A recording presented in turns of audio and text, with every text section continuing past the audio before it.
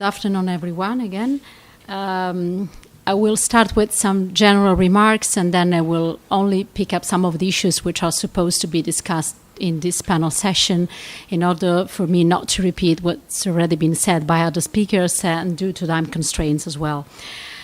The very general remarks concern the most recent evolution in the commodity space, as the commodity futures market saw a significant increase in the participation of institutional investors. Such phenomenon took the name of financialization in commodity market, and the studies to date revealed a synchronization of price moves across many commodities and the presence of transmission effects from financial markets to commodity markets. That phenomenon started to gain the attention of regulators at the time the financial crisis revealed a number of spillover effects between the different nature markets.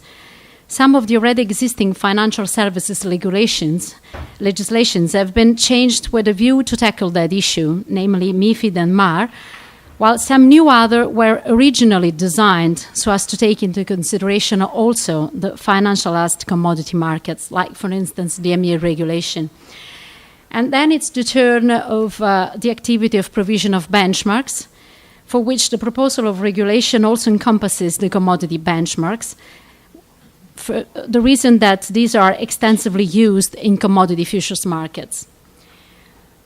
I'm not actually saying anything new in affirming that all the time an activity as well as a segment of the financial market or a new different product that were not regulated before come to the attention of regulators. The criticism is more or less the same, that the legislative initiative does not take enough into consideration the peculiarities of the specific activity or segment of the market or product, but it rather follows a one-size-fits-all approach. We are this, of course, for the proposal of regulation of financial benchmarks since the onset of the negotiations. But in my view, every regulation implies a certain degree of standardization and rigidity in making things that could otherwise be done by simply relying on the inputs from the market and solely relying on commercially viable as well as flexible solutions. Nonetheless, given that the business case for having a regulation of financial benchmarks is well known, the industry cannot escape being called to sustain part of the underlying costs of dealing with a situation of greater severity. In addition, we need to bear in mind that the proposal for a regulation of financial benchmarks is very close to the IOSCO principles already in place, and against which a relevant number of administrators worldwide demonstrated to be willing to ascertain their compliance, sometimes having it certified by external audit and then disclosed to the public. The same can be said for the IOSCO principles for PRAs, but such principles were plainly accepted within the industry. Why are we confronted here with that skepticism? The regulation we're working on will create actually a landscape whereby an administrator would have to, at the minimum, let the public know if an error or other problems occurred in the calculation of a benchmark, and in particular, any misconduct from its side could be fined, as the same for contributors that are supervised entities, and such cases of no compliance will be publicly known. On the contrary, IOSCO principles are merely agreed best practice, so that's the core difference between the two. IOSCO principles set what has to be achieved. The forthcoming regulation attempts to say how it has to be made to come to those achievements. In addition, for the IOSCO principles, there isn't the legal basis on which to found analytical review of the compliance to them. Any breach of such principles would just end up in a situation of uncertainty about the reliability of an administrator or of a benchmark. The consequences of the manipulation of benchmarks, which not only were experienced with significant magnitude for LIBOR, but also in a few other cases for commodity benchmarks, the latter with an impact also on the wider category of consumers, bring to the conclusion that it's no longer the case to rely on a virtuous selection by reputation. In addition, the difficulties in substituting some benchmarks, together with long duration of some of the financial contracts and instruments referencing such benchmarks, reinforce the view that reputation is not enough.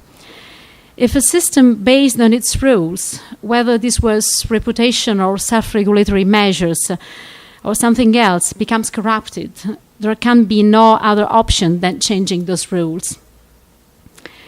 Dealing now more specifically with commodity benchmarks, it seems that a principal worry for the industry is that PRAs and other commodity indices providers will become administrators in the meaning of the regulation, at least when further to help fixing single prices to the benefit of sustaining the trades in poor liquidity markets. They properly calculate and publish benchmarks that start to be referenced in commodity derivatives. In becoming administrator, it is true that PRA, while some will lose their journalistic status, a sort of safe harbor for the activity performed, but they nevertheless gain in terms of legitimacy to ask virtuous behaviors from contributors, which in turn will positively affect the reputation of the PRAs or other providers themselves. One could also easily argue that it actually would prove not that easy to curb the contributors' behaviors, as these are not bound in making their transactions by the same rules applying to operators in financial markets aimed at ensuring a correct price discovery process. If the question is, would it be possible to monitor the shaking hands concluded transactions for some commodities, to be sure these represent a reliable input data in a benchmark setting? Well, the prices at which those transactions are agreed are indeed the first quality input data, according to the IOSCO hierarchy,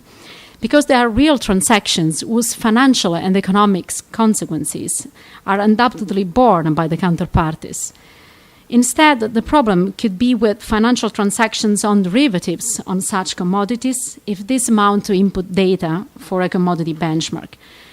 Such transactions gradually lost their pure hedging nature and are therefore more and more used for speculative reasons,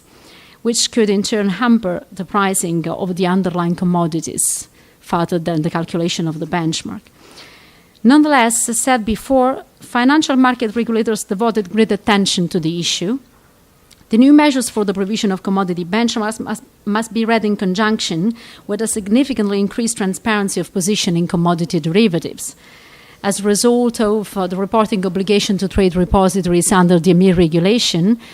as well as of the measures of control of position in commodity derivatives imposed by the MiFID II directive. But even more challenging than granting proper behaviors of contributors, it would prove for PRAs and the other commodity benchmarks administrators the shifting to a situation in which the calculation of commodity benchmarks quite exclusively make use of transaction data, which would imply more than just a technical revolution, but a real cultural revolution in the traditional contribution to and administration of such benchmarks, which lasts since a long time for the major commodity benchmarks.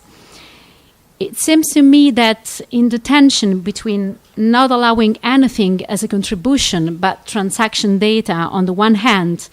and establishing a hierarchy that favors the best quality data in combination with measures designed to ensure probity, on the other hand, the EU Commission adopted the second approach consistently with the international development. And in my view, that approach should be regarded as a good starting point, as being less disruptive for the commodity benchmarks industry in light of the knowledge characteristics. As the presidency, we are very much committed to detect which are the peculiarities of commodity benchmarks that render a differentiation of the requirement useful, as well as to detect which are the major differences between the two sets of principles, the PRA IOSCO principles and the IOSCO general principles for all other financial benchmarks. Depending on that, we hope to be able to rely on one or the other set, or possibly a combination of the two, in order to target the most appropriate discipline that could be applicable in the end to all commodity benchmarks. Thank you.